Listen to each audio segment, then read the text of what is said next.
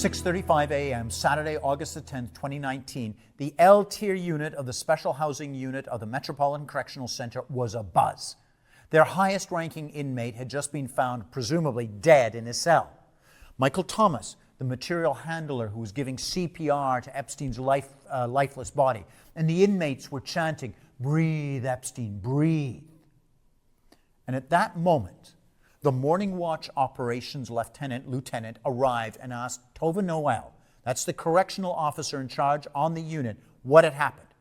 And Tova Noel, who was going to be later charged and convicted of criminal conduct for falsifying documents and inmate count records, and who would lie to official investigators, replied, "Epstein killed himself."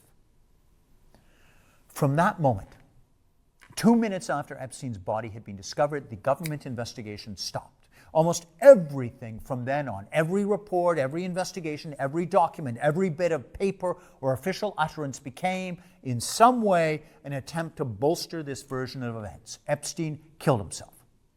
Bill Barr, the then Attorney General, the boss's boss of the Bureau of Prisons and the FBI, very early on in that investigation, long before anything had been finished, declared it, quote, "a perfect storm of mistakes," and that Epstein had committed suicide. He said this days after his death, long before any investigation could be finished. So how could any ambitious government investigator publicly claim that the death might be far more complicated? How could they publicly contradict their boss? And the government was joined by that section of the corporate media who generally support the Democratic Party, the New York Times, the Washington Post, CNN. They were declaring it an apparent suicide minutes after the news of the deaths was released on 4chan. So anyone, and there were tens, hundreds of millions of people who questioned that such a high-profile inmate with so much knowledge on so many powerful people might have been killed, was immediately dismissed as a conspiracy theorist. And that's not to say that's not what happened, but it is to say there's never been a proper, official, independent investigation. And this Crime Waves podcast is its only substitute. If you're listening to us, we've done the best one.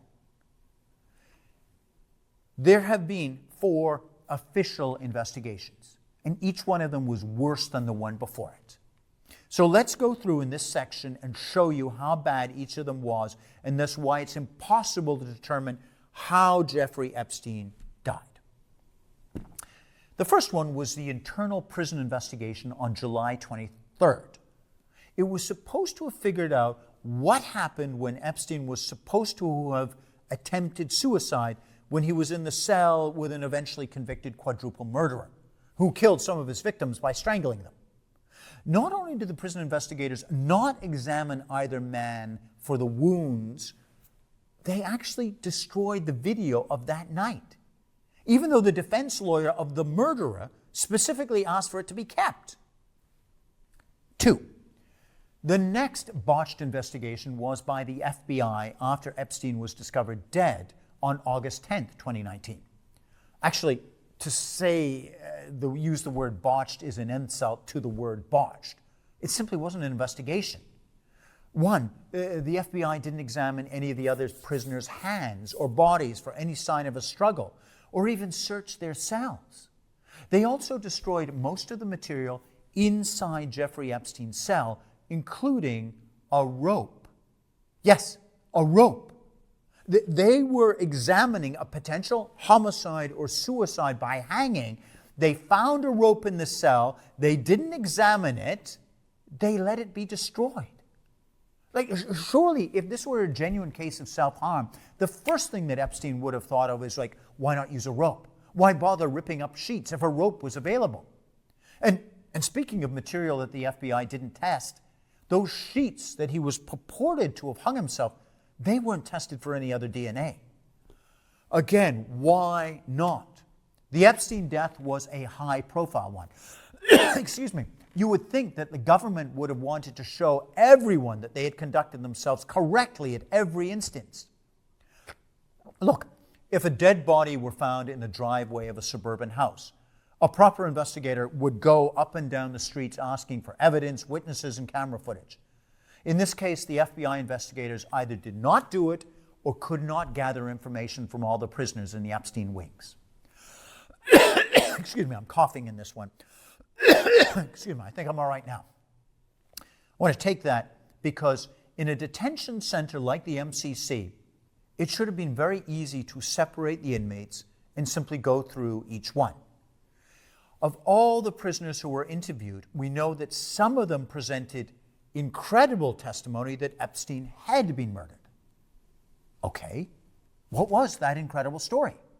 In an institution like the MCC, where prison guards who would be convicted of murder, widespread drug dealing, and systematic sexual abuse, and rape of female prisoners, something that might seem incredible in another context might be worth examining. The next botched investigation was the medical examination of Jeffrey Epstein's body on August 11th, 2019. That's the next day. And there were only two people who examined Jeffrey Epstein's body. One declared it a probable homicide. The second, working for the city of New York, declared it to be undetermined.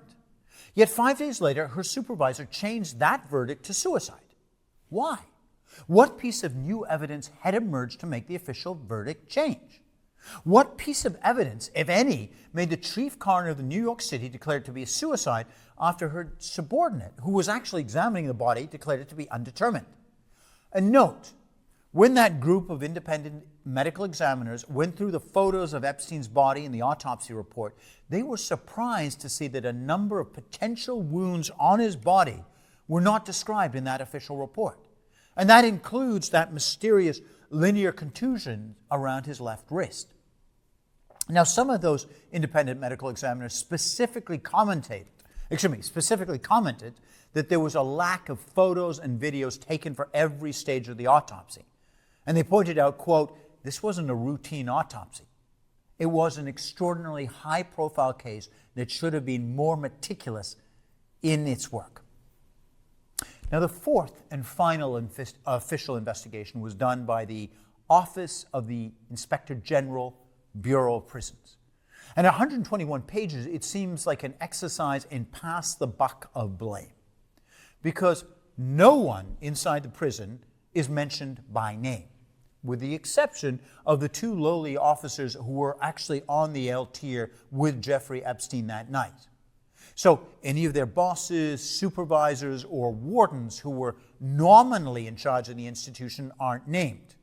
In fact, to read that work is to be entirely ignorant of the criminal context of the MCC prison guards. You genuinely find out more about that institution listening to this Crime Wave series than any official report.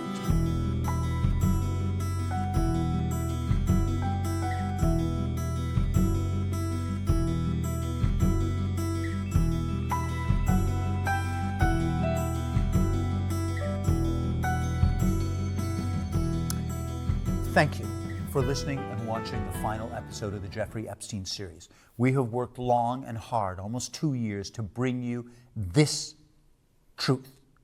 And if you like that way, our way of presenting important, complicated investigations, then please take a moment to like, follow, comment, or subscribe to the show on whatever podcast platform you like. It's immensely important for us to continue bringing Crime Waves, our independent, nonpartisan approach to investigations.